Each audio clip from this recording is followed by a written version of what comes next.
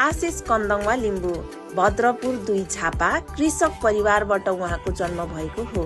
Social वर्कबाट आफ्नो bachelor पूरा गरेर ठूलो सपना पूरा गर्न सिङ्गापुर फोर्समा भिड्दै गरेको आशिष कन्दङवा लिम्बू आफ्नो सपनालाई पछ्याउँदै प्राइम वेलबिङसँग हातेमालो गरेर अघि बढिरहनु भएको छ।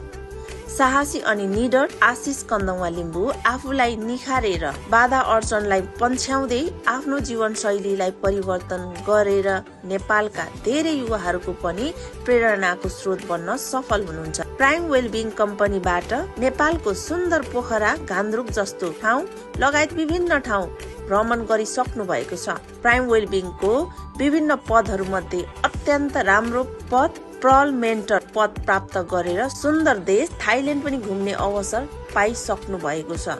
आज प्राइम वेलबिङ कम्पनीबाट सम्मानित हुँदै हुनुहुन्छ।